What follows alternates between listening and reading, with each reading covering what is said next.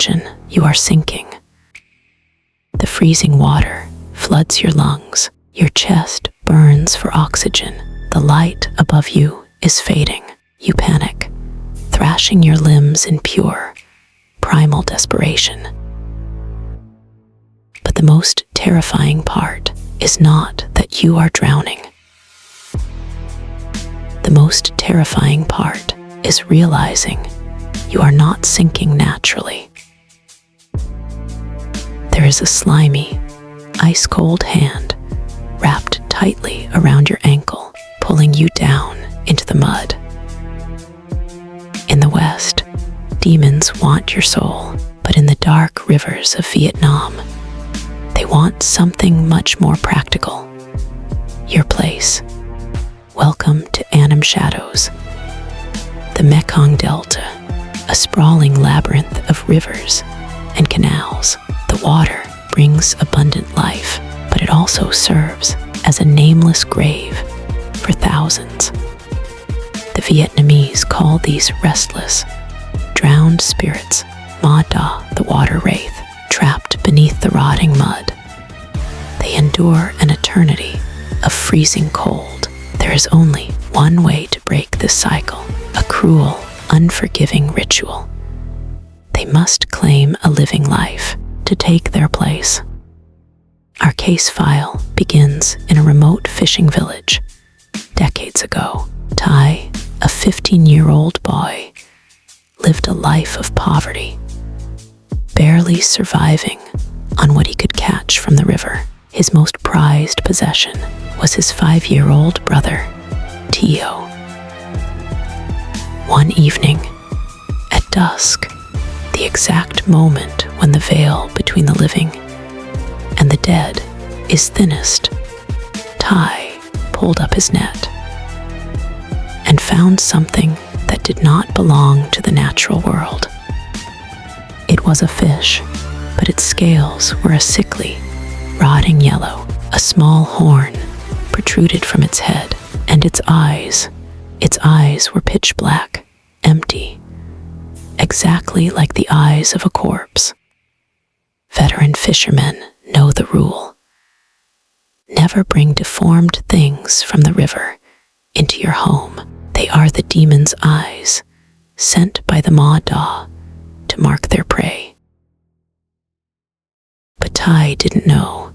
He brought it home and kept it in a water jar. 3 days later, the creature vanished, running to the riverbank. Tai found his 5-year-old brother standing frozen at the water's edge. Tio had just thrown the creature back into the murky depths. The child trembled, pointing at the water. It kept staring at me.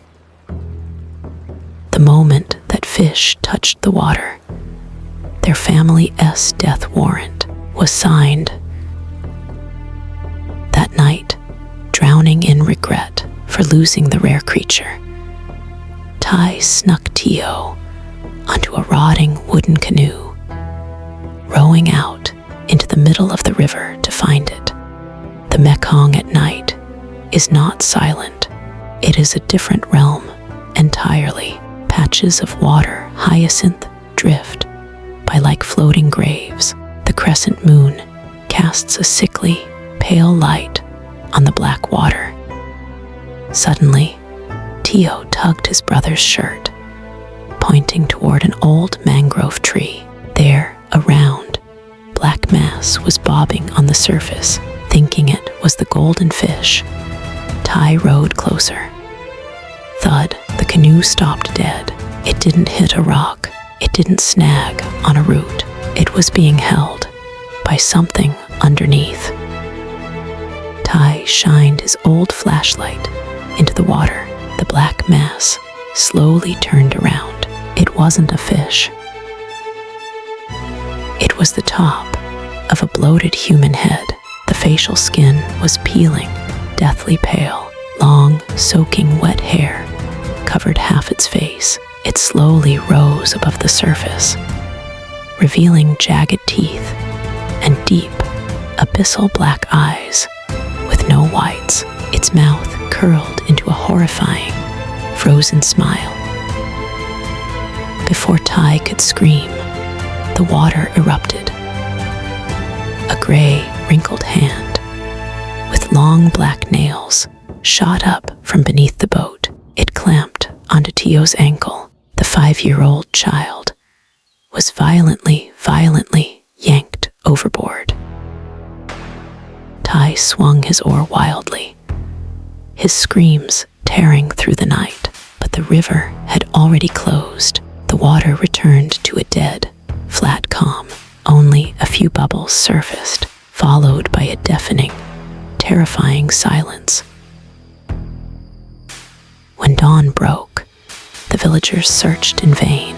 The Mekong keeps its secrets well. In pure desperation, they turned to a TH-1EA7Y fob, a traditional Vietnamese sorcerer who commands the spiritual realm. He brought a net sealed with yellow talismans and a live duck as bait. The sorcerer knew the Ma Da wasn't full yet. It was still circling.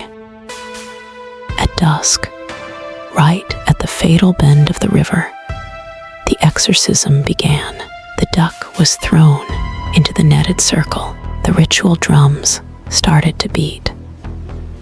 The duck flapped in panic. Then suddenly, it was pulled under. The sorcerer immediately threw a handful of gray ash into the river, chanting loudly. The water instantly boiled like a cauldron. A painful, demonic growl echoed from the mud. The black, humanoid mass surfaced, writhing in agony against the talisman net, its flesh smoking before it vanished into the depths, surrendering what it had stolen.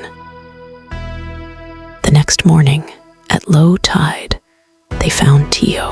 The child was stuffed deep beneath the mangrove roots. Around his ankle were 5 distinct, charred black marks, burned straight to the bone. But the thing that drove Tai to madness wasn't just his brother's corpse. Lying right next to Tio's body, in the mud, was the severed head of the cursed golden fish. Its black eyes were still wide open, mocking human helplessness.